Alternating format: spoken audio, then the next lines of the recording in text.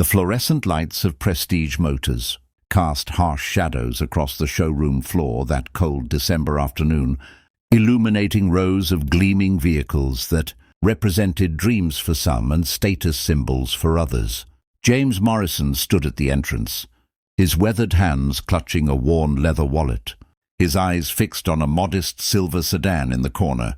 Not the flashiest car in the lot, but reliable, safe and perfect for a young driver. At 58 years old, with silver threading through his dark hair and calluses mapping decades of manual labor across his palms, James looked every bit the blue-collar worker he was. His flannel shirt was clean but faded. His jeans bore honest stains from his morning shift at the construction site, and his boots had walked more miles than most luxury cars in this showroom would ever drive. He had come here with a father's singular purpose: to buy his daughter Sarah her first car for Christmas, a gift that would carry her safely to nursing school and back, a tangible symbol of every sacrifice he'd made to give her opportunities he never had. As James approached the silver sedan, running his rough fingers along its smooth hood with the reverence of a man who understood the value of things, he didn't notice the smirks beginning to form on the faces of the sales team gathered near the coffee station. Marcus Chen, a sharp-dressed salesman in his early 30s with perfectly coiffed hair and a suit that cost more than James made in 2 weeks, elbowed his colleague Trevor and whispered something that sent ripples of barely suppressed laughter through their group. They had seen men like James before, or so they thought. Tire kickers, who wandered in to dream but never to buy, who wasted their valuable time when they could be closing deals with real customers. "Can I help you find the service entrance?" Marcus called out, his voice dripping with condescension that he didn't bother to hide. "The mechanic positions are handled through our back office." James turned slowly, his weathered face impassive, though his jaw tightened almost imperceptibly. "I'm here to buy a car," he said simply, his voice steady and dignified despite the heat he could feel rising in his chest. This declaration triggered open laughter from the group. Trevor, a younger salesman with slicked back hair and an expensive watch that caught the light with every gesture, actually slapped his knee. "Buy a car? Buddy, do you know where you are? This isn't exactly a buy here, pay here lot. Our cheapest model starts at $28,000. "I'm aware," James replied, his voice still calm, still measured. He had faced condescension before, had weathered storms of judgment throughout his life, and had learned that dignity was something no one could take from you, only something you could give away. Marcus sauntered over, his Italian leather shoes clicking against the polished floor like a countdown to humiliation. "Look, friend, I'm sure you're a hard worker, nothing wrong with that. But these vehicles require serious financing, background checks, proof of income. Maybe you'd be more comfortable at one of the used lots down on 5th Street. The way he said used lots made it sound like a slur, and his colleagues snickered appreciatively at his performance. An older woman browsing luxury SUVs across the showroom glanced over with disapproval, not at the salesman but at James, as if his mere presence somehow diminished the establishment. A young couple examining sports cars whispered to each other, their eyes flickering toward the unfolding scene with a mixture of curiosity and second-hand embarrassment. But James stood his ground, his posture straight, despite the long hours he'd already worked that day, despite the ache in his lower back that never quite went away anymore. "I'd like to speak with someone about purchasing that Accord," he said, gesturing toward the silver sedan. "For my daughter.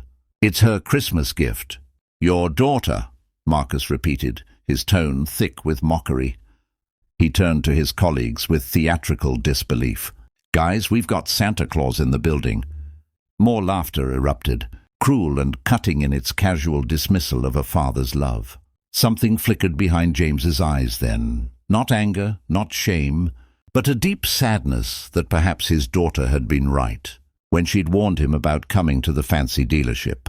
Sarah had told him that morning, her voice gentle but knowing, that they should try the Honda dealer in the next town, the one that advertised "no judgment, everyone welcome." But James had wanted to give her the best buying experience, had wanted her to feel valued and important, had wanted this gift to be perfect.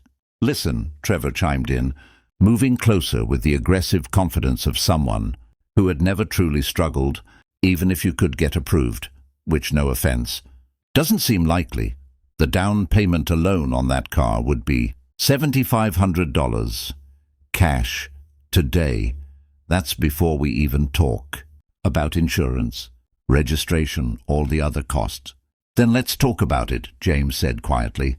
Marcus exhaled dramatically, sharing a long-suffering look with his team as if dealing with James was the greatest burden of his day. "Okay, sure. Let's waste everyone's time. You got proof of income?" "Pay stubs. Tax returns." "I have cash," James replied.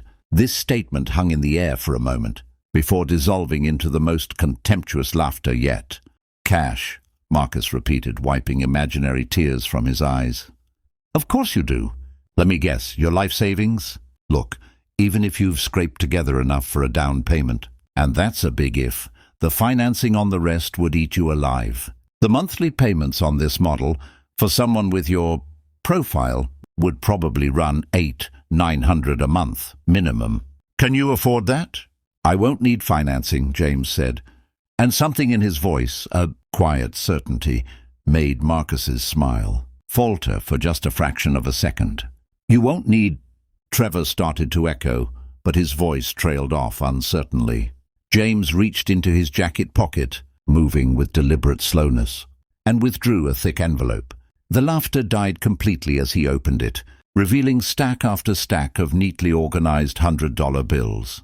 The silence that fell over the showroom was profound, broken only by the soft holiday music playing through the speakers, a jazzy rendition of Silent Night that suddenly seemed far too appropriate.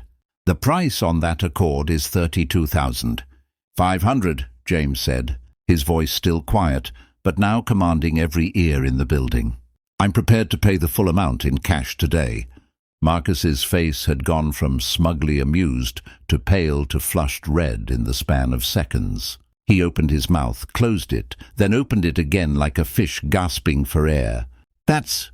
We'd need to verify that it's real money," James asked, and now there was an edge to his voice, sharp and cutting after enduring their mockery. "I can wait while you do that. I can also wait while you find someone else to help me, since you seem to believe I'm wasting your time." No, sir, I didn't mean—" Marcus stammered, his entire demeanor transforming with whiplash-inducing speed. "Please let me get my manager, Mr. Rodriguez." "Mr. Rodriguez, we have a serious buyer here." The dealership manager, a distinguished man in his 50s, with kind eyes that had witnessed this scene from his office, emerged with an expression of barely controlled fury. "Mr. Chen, Mr. Thompson, my office, now." Then turning to James with genuine contrition, "Sir, I apologize profoundly for how you've been treated. My name is Carlos Rodriguez. Would you give me the opportunity to make this right?" What Carlos didn't know, what none of them knew, was James Morrison's story, the invisible narrative that no one had bothered to ask about before passing judgment. 25 years ago, James had been a young father with a newborn daughter and a wife diagnosed with stage 4 cancer. The medical bills had been astronomical, crushing, impossible. He had worked 3 jobs, slept 4 hours a night, and still watched his savings evaporate like water in the desert sun.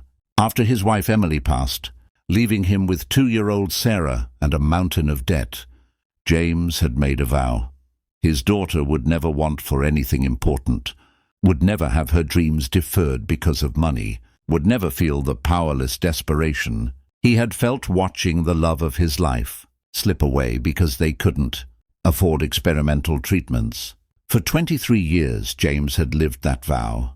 He had worked as a construction foreman, putting in overtime whenever it was offered, taking side jobs on weekends, living in a modest apartment when he could have afforded better, driving a 15-year-old truck when others bought new vehicles, packing lunches instead of buying them, cutting his own hair, patching his own clothes. Every extra dollar had gone into 2 places: Sarah's education fund and a special savings account labeled simply Emergency Dreams. Sarah had never known want, but she had also never known excess. She had grown up understanding the value of money because her father had taught her by example, working hard, spending thoughtfully, and saving consistently. She had earned a scholarship that covered 60% of her nursing school tuition, insisting on working part-time to pay for books and expenses, refusing to let her father shoulder everything. She didn't know about the account labeled emergency dreams, didn't know that her father had been saving for years to buy her a reliable car, something safe that would last her through school and into her career. As Carlos Rodriguez personally handled the transaction with the respect and courtesy James should have received from the start, Marcus and Trevor watched from Carlos's office window, their faces ashen as they awaited their fate. The other customers in the showroom had gradually learned what had transpired, and several approached James not to gawk, but to apologize for not speaking up sooner, for being complicit in his mistreatment through their silence. "Mr. Morrison," Carlos said as they finalized the paperwork, "I want you to know that those two men no longer represent this dealership. What happened here today goes against everything we stand for." He paused, then added quietly, "My father was a construction worker, worked his whole life to send me to college. I recognize the hands of a man who's built his life through honest labor. I should have been on this floor, not in my office." James nodded, accepting the apology with grace, though something in his expression suggested that the wound of disrespect cut deeper than any apology could immediately heal. "I just want my daughter to have a good car," he said simply. "She's going to be a nurse. She's going to help people. She deserves something reliable and safe." Carlos's eyes grew wet. "She's lucky to have you as a father." "I'm the lucky one," James replied, his voice thick with emotion. "She's everything good that her mother was, everything that I'm not. This car is nothing compared to what she's given me." As James drove the silver Honda Accord off the lot that evening, following Carlos in his own vehicle to ensure everything was perfect, snow began to fall across the city, the first real snow of the season, soft and transforming, covering the world in clean white.